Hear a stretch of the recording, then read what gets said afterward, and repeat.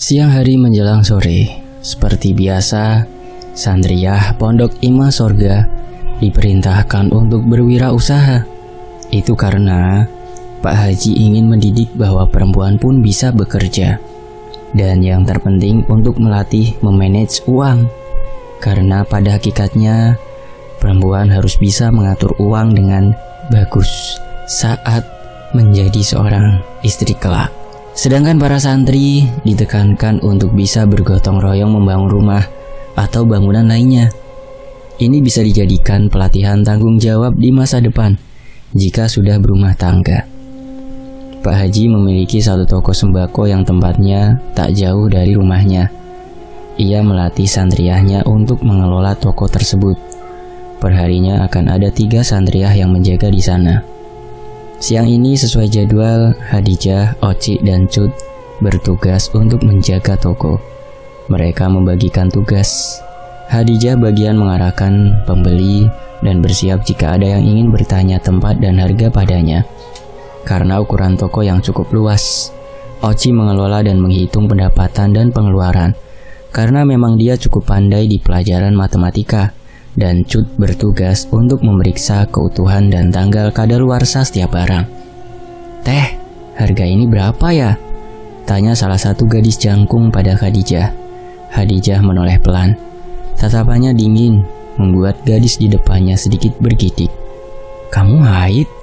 tanya Khadijah saat melihat satu pak produk pembalut yang dipegang gadis itu. "Iya, makanya saya tanya harga karena mau beli." Hadijah menatap gadis itu semakin intens. Terlihat gadis itu merasa risih. Beruntung saja Cut segera datang. 5.000 rupiah teteh harganya." "Oh oke, ini uangnya." Gadis itu menyodorkan uang pada Cut tanpa mengalihkan tatapannya dengan Hadijah. Lalu berlari terbirit-birit. Cut memandang Hadijah dengan perasaan setengah takut. Pasalnya, ia tahu betul bahwa tubuh sahabatnya itu masih dikuasai oleh jin. Di dalam hatinya, Cut terus melafalkan istighfar dan doa-doa penghalau jin. Sampai Hadijah pun menatap tak suka padanya. "Jangan pernah coba-coba membuatku marah," Hadijah berucap dengan penuh penekanan dalam setiap katanya. Kemudian ia berlari menjauh dari toko tersebut sebelum Cut berhasil menghalanginya. "Oci!" Cut berteriak kencang. Oci menghampirinya setengah berlari. "Ada apa, Cut?" "Hadijah kabur. Aku takut sesuatu hal buruk terjadi padanya." Terlihat jelas kekhawatiran nampak di raut wajahnya. "Ya udah, ayo kejar." Tanpa basa-basi, mereka berlarian. Pandangan masing-masing diliarkan pada deretan rumah di kampung itu. Suasana pedesaan yang masih didominasi oleh kebun bambu itu terasa sejuk. Namun siang ini suasana berbeda. Seolah tak ada kehidupan di sana. Mungkin karena ini hari-hari produktif. Para ibu akan pergi ke sawah dan para bapak mencari uang di luar desa. "Tolong!" Dek, maupun Oci atau Cut, mereka sama-sama tersentak saat mendengar teriakan itu. "Cut, di sana!" tunjuk Oci pada salah satu kebun bambu. Mereka sontak berlari ke arah yang ditunjuk, dan begitu sampai di sana, mereka terkejut bukan main. "Astagfirullahaladzim, Dijah!" Khadijah menoleh ke arah belakang di mana Oci dan Cut tercengang. Ia menyeringai dengan mulutnya yang penuh sisa darah.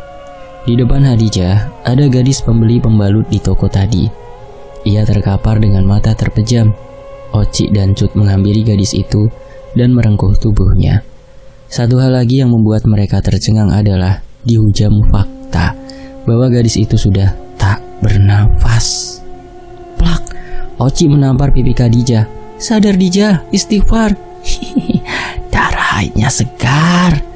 Khadijah sikikan sendiri tanpa memperdulikan tamparan dari sahabatnya. Mulut Oci dan Cut sudah mulai komat kamit merapalkan beberapa doa. Namun dalam satu hentakan, tubuh Oci terpental ke belakang. "Oci, ayo bangun," rangkul Cut. "Doa-doa kalian tak akan mempan," kata sosok yang merasuki Hadijah. Dan Hadijah sudah berlari meninggalkan mereka berdua dengan cekikikan khasnya. Oci dan Cut menganga, tak percaya atas apa yang telah terjadi. Kenapa bisa seperti itu? Kita harus bicarakan ini sama Pak Haji. Di sisi lain, Tubuh bapak tua berpeci putih itu terlihat ringkih saat membawa 2 dus berukuran cukup besar di tangannya. Terlihat lumayan berat, tapi ia tetap berjalan perlahan. Nampaknya bapak tua itu menabrak seseorang. "Dijah, tolong bantu bawa ini satu ke toko," titahnya. "Baik Pak Haji," balasnya ramah.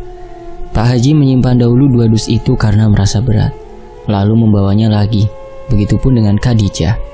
Namun saat Khadijah membungkuk untuk mengambil dus, kerudungnya tersingkap, sehingga Pak Haji bisa melihat liontin merah menggantung di leher Khadijah. Pak Haji merasa memiliki firasat buruk terhadap liontin itu. Dia juga merasa pernah melihatnya. Tapi di mana? "Kalung liontin kamu dapat dari mana?" Jantung Khadijah merasa berhenti sejenak. Pertanyaan itu adalah kesalahan fatal baginya. Ini kalung pemberian bunda, tapi baru dipakai," kiranya. "Oh ya sudah, hayu cepetan." Pak Haji berjalan di depan, sedangkan Khadijah membuntutinya. "Dasar tua bangka, terniat sekali untuk menghancurkanku," batin Khadijah dengan senyuman menjijikan. Di sisi lain, selepas mengantar gadis yang meninggal karena ulah jin dalam tubuh Khadijah itu, Oci dan Cut kembali ke toko Pak Haji. Sesampainya di sana, ada Pak Haji juga Khadijah tengah menata barang-barang dari dalam dus ke rak untuk dijual. Oci dan Cut beradu pandang, seolah isi pikiran mereka itu sama. Hah? Khadijah terlihat ramah seperti biasa saat ngobrol dengan Pak Haji. Bahkan sesekali tertawa bersama saat Pak Haji mengeluarkan gurauan receh. Apakah Pak Haji sudah berhasil mengeluarkan jin dalam tubuh Khadijah?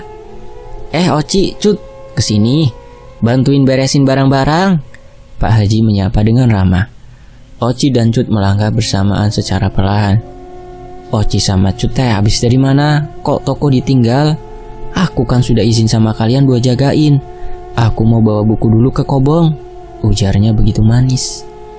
Mereka semakin dibuat bingung oleh sikap Khadijah yang tiba-tiba berubah. "Dijah habis dari Kobong?" tanya Oci penasaran. "Iya, emang kenapa?" Enggak apa-apa." Oci memilih untuk tak lagi melanjutkan pembicaraan.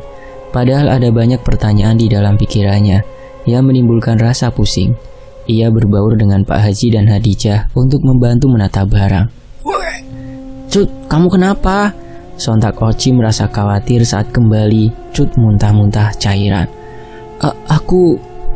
Oci, kepalaku pusing sekali," ringis Cut. Tangannya memijat kuat pelipisnya sendiri. Cut terduduk lemas, bibirnya pucat dan kering, bawah matanya pun terlihat menghitam. "Cut, pergi ke Kobong aja, istirahatlah, jangan banyak pikiran," saran Pak Haji. Iya Pak Haji." "Cut!" Lagi-lagi tubuh mungil itu runtuh dengan sendirinya. Badannya menggigil hebat. Oci, Pak Haji juga Khadijah dengan cepat memboyong tubuhnya ke atas kursi di dalam toko. Di sisi lain, asap mengepul di atas api unggun kecil, membuat seisi ruangan terasa pengap. Ditambah banyak orang duduk di sana. Aneka buah-buahan dan bunga melati menghambar di atas wadah kecil. Juga air dalam botol bambu mengeluarkan aroma kemenyan. Pencahayaan di ruangan itu hanya berasal dari pantulan bulan purnama yang sangat terang, sehingga sangat sulit untuk melihat wajah-wajah mereka. Di ruang gelap yang berbeda, Cut tengah asik mandi kembang di dalam kolam dari rajutan bambu berukuran kecil. Air hangat itu mampu memijat lapisan terluar kulit tubuh gadis mungil itu. Seorang wanita tua menghampirinya dengan membawa sekantung kembang melati. "Ini, keramaslah menggunakan kembang ini." Cut mengambilnya dengan senyuman hangat. "Terima kasih." Ia menyirami rambutnya dengan kembang itu dan membilasnya secara perlahan. Kini, tubuhnya tercium sangat wangi. Beberapa saat kemudian, satu wanita kembali datang. Kini bisa diperkirakan masih berumur 30 tahunan. "Kenakanlah gaun pengantin ini, Nona. Pengantin pria telah menunggumu." Mata Cut berbinar saat melihat kebaya berwarna merah dengan brokat keemasan. Ia segera beranjak dan mengeringkan tubuh. Selepas mengenakan gaun pengantin, Cut diarahkan ke meja rias yang terbuat dari kayu jati yang mulai rapuh. Di depannya tersimpan cermin berukuran cukup besar, menampakkan dirinya sedang dirias oleh wanita pembawa gaun tadi. Rambutnya disanggul membuat wajah Cut terlihat lebih cantik dan anggun. "Kamu cantik, Nak," ucap wanita perias di belakangnya. Senyuman Cut kembali mengembang. ini akan menjadi hari yang paling bahagia di dalam hidupnya. Sudah selesai, mari saya antar. Tangannya terulur mengajak Cut ke ruang pengap yang penuh dengan banyak orang. Tatapan mereka seketika berubah senang saat melihat kedatangan Cut. Cut tersenyum ramah pada semua orang, lalu duduk di samping pengantin pria yang kini tengah menatapnya takjub. "Kamu benar-benar cantik sayang," ungkapnya. Cut tersipu malu. "Mari kita mulai prosesi ijab kabulnya," ucap seorang pria tua di depan mereka. Mulutnya komat kamit, entah mengucapkan apa. Semua orang terdiam. Pria tua berjanggut panjang itu menaburkan air beraroma kemenyan ke dalam api unggun kecil di depannya. Api pun padam, menyisakan asap yang semakin menambah pengap. "Makanlah daging ini bersamaan." Ia menyodorkan satu kepala banteng yang sudah dibakar. Cut dan pengantin pria itu mencubit sedikit dagingnya, lalu melahapnya bersamaan. "Minumlah air ini." Mereka langsung meminum air dalam potongan bambu itu secara bergantian. Baiklah, prosesi pernikahan sudah selesai. Angin berembus kencang seketika. Bulu kuduk Cut tiba-tiba berdiri dengan sendirinya.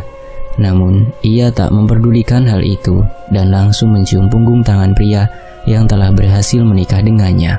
Selepas membagikan buah-buahan pada para tamu undangan, seorang wanita berambut panjang menghampiri mereka berdua. "Selamat ya anakku, cepatlah memiliki keturunan agar ibu bisa bertambah usia." Pemuda di samping Cut hanya tersenyum, lalu mengajak Cut pergi ke sebuah kamar kecil yang terletak tak jauh dari tempat ijab kabul. "Kamu sudah menjadi milikku, sayang. Hidupmu akan abadi setelah ini." Pemuda itu mengecup kening Cut dengan sangat lembut. Ternyata, jika dilihat dari dekat, pemuda itu sangat tampan.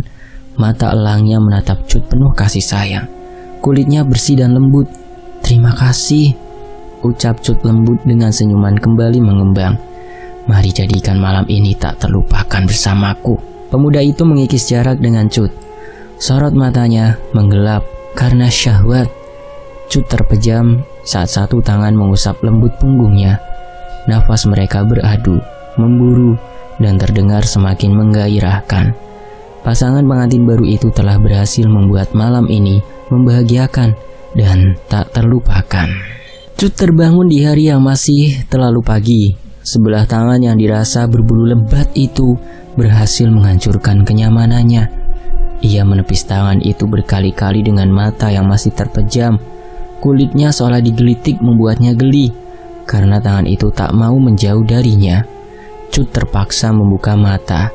Ia begitu terkejut saat melihat sesosok berbulu lebat berwarna hijau tua, kehitaman. Itu dengan enaknya memeluk tubuh mungil Cut. Sudut bibir sosok itu berlendir, nyaris deras keluar dan mengenai tubuh Cut. Ia sontak menjerit kuat dan menjauh darinya dengan cepat. Pergerakan kasar Cut rupanya berhasil membangunkan sosok berbulu itu. Dia membuka mata yang menampilkan sorot warna merah. Wajahnya rusak dengan tampilan gigi-gigi besar yang tak rapi. Sosok itu bangun dari posisi tidurnya. Ia menatap Cut yang ketakutan penuh berdiri di pojok kamar. Ia bangkit dan hendak mendekat ke arah Cut. Jangan mendekat," jerit Cut. Tubuh Cut yang masih setengah telanjang itu bergetar hebat. Tangisnya pecah begitu saja saat sosok di depannya tak memperdulikan perintah Cut. Sosok itu semakin berani mendekat dengan seringaian licik tampil dari bibir hitamnya. "Kenapa sayang? Kenapa aku tidak boleh mendekat? Aku kan suamimu," godanya. "Enggak, kamu bukan suamiku dan kita tak pernah menikah," sanggah Cut dengan isakan yang semakin menjadi. "Oh iya? Bahkan tadi malam kita..." "Enggak, tolong jangan sentuh aku," jerit Cut lagi saat tangan berbulunya berhasil menyentuh pucuk kepala Cut. Ia dengan cepat menepisnya. "Enggak bisa gitu sayang. Kamu telah menjadi milikku seutuhnya." Cut mendorong kuat tubuh berlendir di depannya itu, lalu berlari cepat ke pintu kamar. Makhluk menjijikan itu tak pernah menyerah.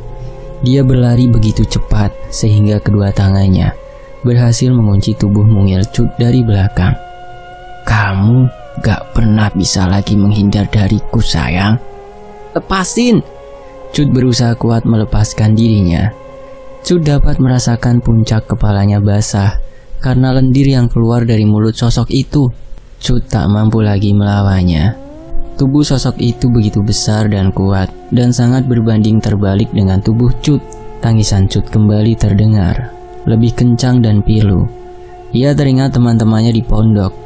Apakah mereka bisa menolongnya? Tolong! Hanya suara teriakan itu yang mampu Cut keluarkan dari mulutnya. Setelah itu tubuhnya tergeletak, tak berdaya di pelukan sosok yang begitu menjijikkan. Tiba-tiba saja, seorang wanita buruk rupa menghampiri mereka berdua. Kenapa dia tergeletak di sana? Persiapkan diri kalian untuk pegelaran puncak pernikahan kalian, tegasnya. Iya bu. Di sisi lain, Oci mengguncang tubuh kuat Cut yang sedari tadi berteriak meminta tolong dalam kondisi masih pingsan. Cut, ayo bangun, kamu kenapa? Oci gelagapan sendiri karena tak ada yang bisa dimintai pertolongan. Pak Haji sudah kembali ke rumahnya dan Khadijah entah kemana. Ia khawatir terjadi hal buruk jika Cut ditinggalkan sendiri dalam kondisi seperti ini. Tolong! Tubuh Cut terbangun seketika. Matanya melotot dengan keringat mengucur cukup deras di pelipisnya.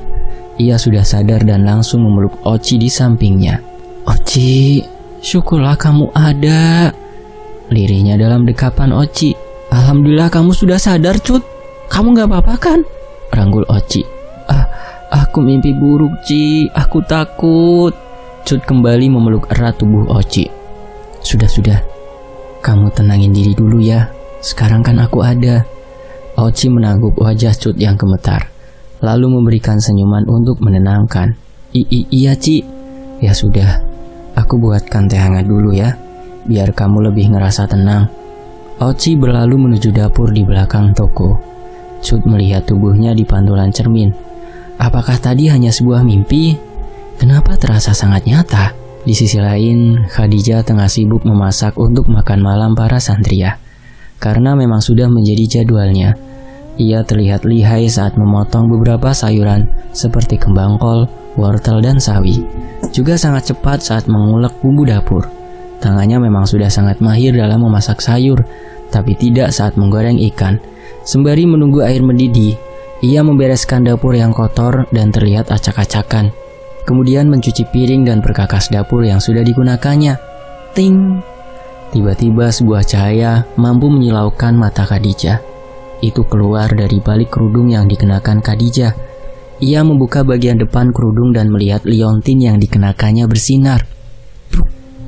Pendengaran Khadijah berhasil menangkap suara orang yang seperti terjatuh dari atap dapur.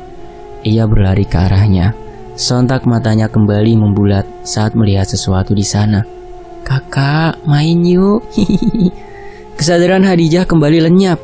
Tubuhnya berhasil dikuasai sosok wanita berparas hancur lagi.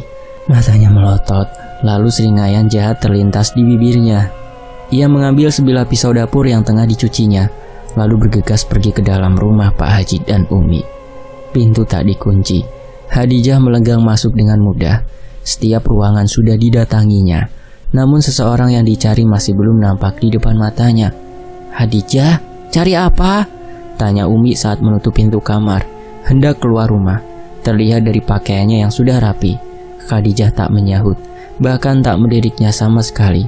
Karenanya Umi kembali bertanya, Khadijah, sudah selesai masaknya? Jedep! Tanpa baba pisau di tangan Khadijah sudah menancap di perut Umi. Setengah sadar, Umi melirik Khadijah dengan tatapan takut. Astagfirullahaladzim. Lirihnya dengan mata yang kini sudah terpejam. Astagfirullah Umi. Seseorang nampak syok saat melihat kejadian beberapa detik yang lalu. Pak Haji yang baru masuk rumah dengan cepat merangkul tubuh istrinya yang bersimbah darah. Ia hendak membawanya keluar rumah, sedangkan Khadijah berhasil mencegahnya. Mau kemana kamu, Baharudin? Tanya Khadijah dengan nada dingin. Enyah kau dari pandanganku. Tidak semudah itu. Masih banyak dendam yang harus aku tuntaskan, kata sosok jin yang merasuki Khadijah. Pak Haji meraup tasbih dari meja di dekatnya, lalu merapalkan beberapa doa. Aku kini tak akan pernah dikalahkan, Baharudin.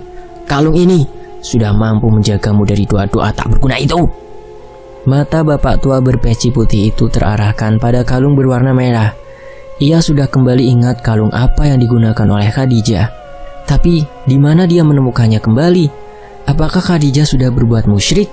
Memanfaatkan kelengahan Pak Haji, Khadijah maju menghampirinya dengan cepat dan hendak menusukkan pisau di tangannya pada tubuh Pak Haji.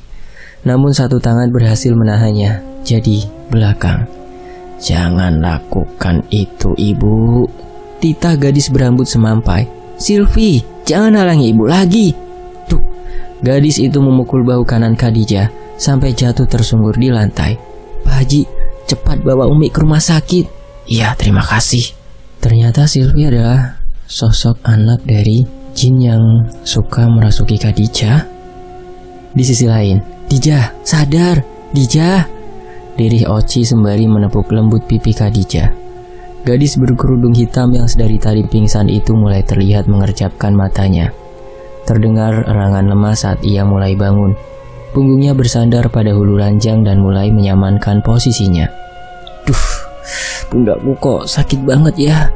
tanyanya pada Oci yang masih setia menunggui di sampingnya. Kini Khadijah seolah dipenjara oleh tatapan Pak Haji, Cut dan Oci. Mereka saling beradu pandang sebelum Pak Haji berhasil angkat bicara. "Dari mana kamu mendapatkan kalung ini?"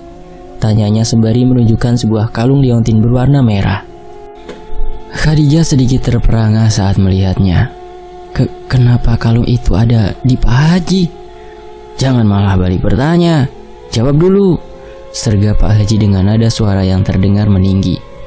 Itu dikasih sama Bu Rada," jawabnya ragu. "Astaghfirullahaladzim, kenapa malah diterima?" Terlihat jelas amarah Pak Haji ditunjukkan oleh raut wajahnya. Khadijah menunduk dengan sedikit terisak. "Aku capek Pak Haji, sosok itu selalu datang menghantuiku dan aku tidak tahu harus bagaimana. Sedangkan aku juga tidak tahu harus bilang ke siapa. Aku takut membebankan kalian lagi." Isakannya semakin terdengar jelas. Sebagai sahabat, Oci dan Cut merasa terpukul atas pengakuannya. "Dijah, kita ada kok untuk kamu. Harusnya kamu bicarakan ini sama kita," ujar Oci. "Iya Dijah, Cut sama Oci mau bantuin kamu kok," timbal Cut mengiyakan. Khadijah sedikit mendongak, pipinya penuh dengan linangan air mata.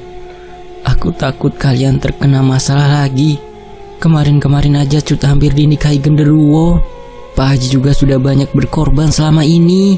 Kita ini sahabat Dijah, jangan seperti itu. Jikapun aku sama Cut ikut terkena masalah, ya itu sudah jadi ketetapan Allah."